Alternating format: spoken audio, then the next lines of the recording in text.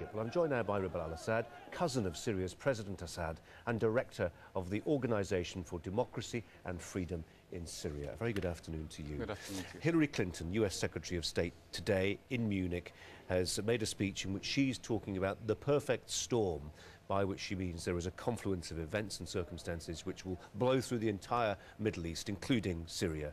Is that how you read things? I think that the whole region of the Middle East needs to change, and it's time for it to change. But regarding Syria, I think it has to be a peaceful and transitional change. I do not agree with people who call for revolution, because as you know, revolution will bring public unrest and chaos. Some will say sometimes it's the only thing that changes things.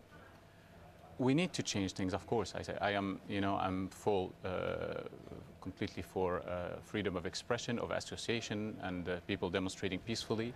But they should not be a revolution. This would be a disaster. So we always need to call on the Syrian regime to have a government of national unity, to end the state of emergency, to allow political parties, who believe in democracy, in genuine democracy, to exist and flourish in Syria, to release all political prisoners, to also allow freedom of expression and association, to root out all kind of state corruption, which is very important, and to allow the voices of people to be heard.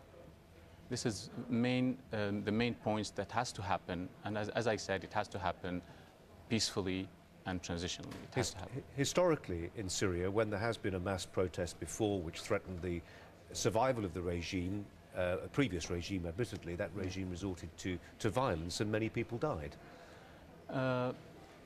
It wasn't a peaceful uprisal. What happened in Syria, there were people, as you know, as we have been seeing lately for the past years, that there is a rise of extremism in the world, and we were the first country in Syria to face those extremists.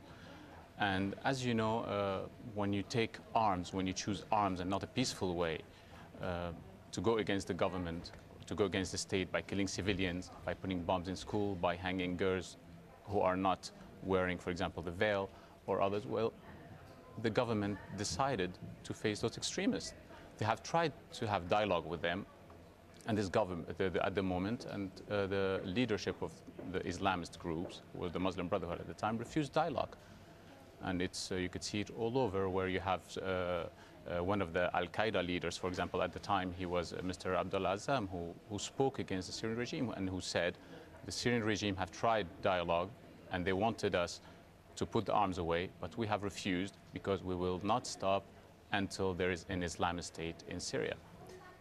When we take the long view and think historically, we think of perhaps even the Middle Ages, we think of Damascus and Cairo as the great twin poles and the dynasties that ruled there. Yes. Are we seeing a situation now where Egypt is really leading the way into something absolutely new for the Arab world?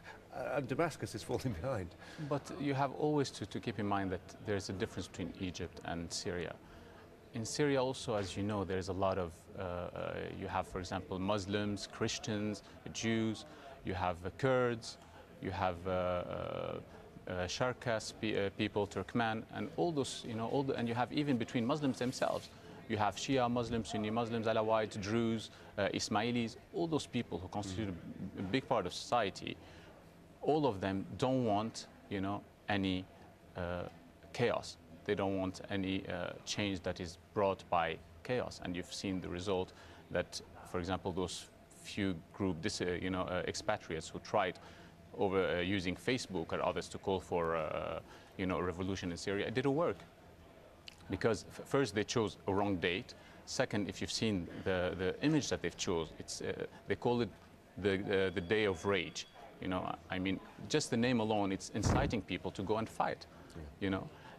It was a red picture showing blood, like they want blood, they are thirsty for blood.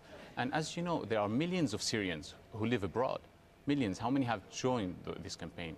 Not many. There was only a few thousand. Maybe they didn't even, there weren't above 10,000 people who joined this campaign. Okay. Ribal al-Assad from the Organisation for Democracy and Freedom in Syria. Thank you very much, Steve, for coming in. You're welcome. Thank you. Thanks very much. Thanks.